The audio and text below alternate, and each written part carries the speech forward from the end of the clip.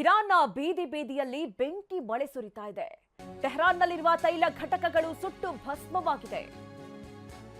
ಇಡೀ ಅಮೆರಿಕ ತೈಲ ಘಟಕಗಳನ್ನೇ ಟಾರ್ಗೆಟ್ ಮಾಡ್ತಾ ಇದೆ. ಈಗ ಇರಾನ್ನ 4 ತೈಲ ಘಟಕಗಳು ಉಡಿಸಾಗಿದೆ. ಬೆಚ್ಚಿ ಬೀಳಿಸುವಂತೆ ದೃಶ್ಯಗಳು ಕಂಡು ಬರ್ತಾ ಇದೆ. ಅಲ್ಲಿ ತೈಲ ಘಟಕಗಳು ಹೊತ್ತಿ ಉರಿತಾ ಇರುವಂತಹ ದೃಶ್ಯಗಳು. ದಕ್ಷಿಣ ಟೆಹರಾನ್ ಶಹರಾನ್ ತೈಲ ಘಟಕ ಧಗಧಗಿಸ್ತಾ ಇದೆ.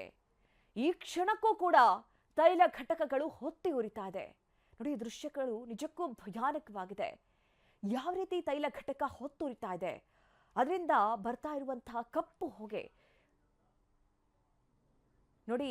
ಯಾವಾಗ ಇರಾನ್ ದುಬೈ ಸೌದಿಯ ತೈಲ ಘಟಕವನ್ನ ಟಾರ್ಗೆಟ್ ಮಾಡಿ ದಾಳಿಯನ್ನ ನಡೆಸಿತು, ಈಗ ಪ್ರತಿದಾಳಿ ಅನ್ನುವಂತೆ ಅಮೆರಿಕ ಕೂಡ ತೈಲ ಘಟಕಗಳನ್ನೇ ಟಾರ್ಗೆಟ್ ಮಾಡ್ತಾ ಇದೆ.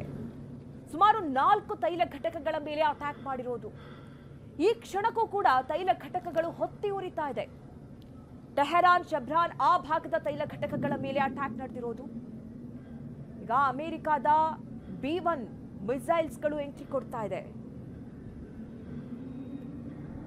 ಸಾಕಷ್ಟು ಸಂಖ್ಯೆಯಲ್ಲಿ ನಷ್ಟ ಅನುಭವಿಸ್ತಾ ಇದೆ ಇರಾನ್. ದೊಡ್ಡ ದೊಡ್ಡ ಕಟ್ಟಡಗಳ ಮೇಲೆ ಅಟ್ಯಾಕ್ ಮಾಡ್ತಾ ಇದೆ.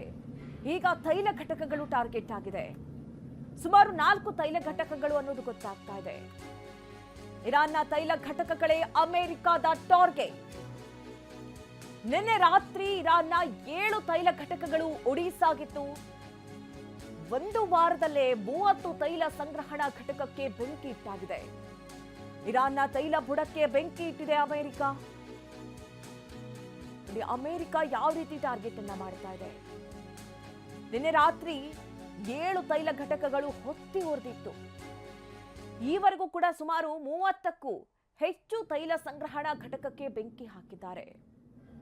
ಒಂದು ವಾರದಲ್ಲೇ 30 ತೈಲ ಘಟಕಗಳು ತೈಲ ಸಂಗ್ರಹಣಾ ಘಟಕಕ್ಕೆ ಬೆಂಕಿ ಇಡಲಾಗಿದೆ.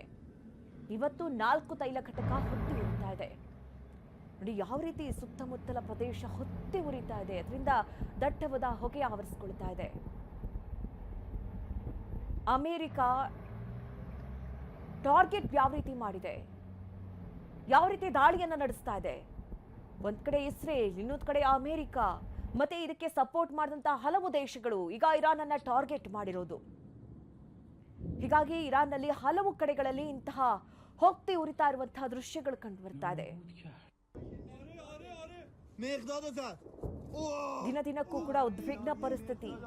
ಯಾವ ಮಟ್ಟಕ್ಕೆ ಯುದ್ಧ ಬಂದು ತಲುಪಿದೆ ಅನ್ನೋದನ್ನ ನಾವು ನೋಡ್ತಾ ಇದ್ದೀವಿ.